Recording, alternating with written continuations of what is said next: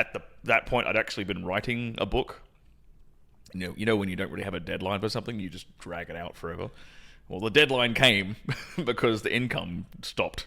I couldn't go out and make any money anymore. So I finished my first book, put it out there. Everyone started buying it. It was basically like a compilation of biohacks from my work in the adult industry. Did pretty well. Within 2 months, I'd replaced my income. And simultaneously, while that had happened, like I said, I got disillusioned with the industry. I'd begun to notice how man-hating it was. It was very, very cancel culture heavy. It's a very feminist-led industry. It's a very, very woke industry. People are often very surprised to hear that the porn industry is like that, but it is. And kind of got sick of not being able to really speak my mind. I'm a big, for example, at least at that point, I was a big Trump guy. I couldn't really go to you'd go to set and everyone would be like bashing Trump. Yeah. This is like 2020, and I was like, in the back of my mind, I'm like, yeah, go Trump, yes. Like, but you can't. If I said something like out loud, cancelled, career over, etc. And it's like, well, look, I could wait for them to cancel me, or I could just cancel myself. Just get out. Just get out of the way. Yeah. And just go do it. And that's what I did. And I ended up pursuing the YouTube angle. Actually, what happened first, I got on guys like Rollo Tomasi and Rich Cooper. They had me on their channel to talk about like the inside of things like OnlyFans, because that had just become a household name. So I gave them my 2 cents.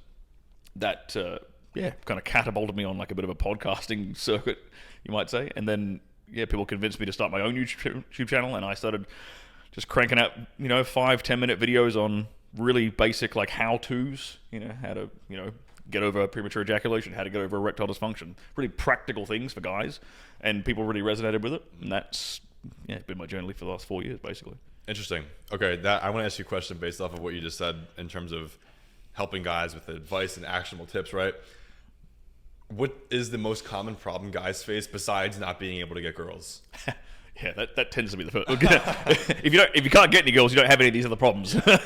So, it's like having a parking problem if you don't have a car. Mm-hmm. So, I'd say their biggest problem usually revolves around like premature ejaculation. That's the most common one. The guys not being able to last as long as they want. And I think the second, like very close follow-up, is probably more what you'd call performance anxiety. And it's specifically performance anxiety-induced erectile dysfunction. So basically a guy not being able to get it up around a certain girl. Okay. So basically creating that anxiety mentally that, I might not perform well. And then they get in their head and they get soft.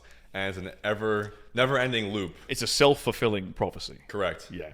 So, and guys, what happens in that situation is guys will be like, they'll reach for like a Viagra.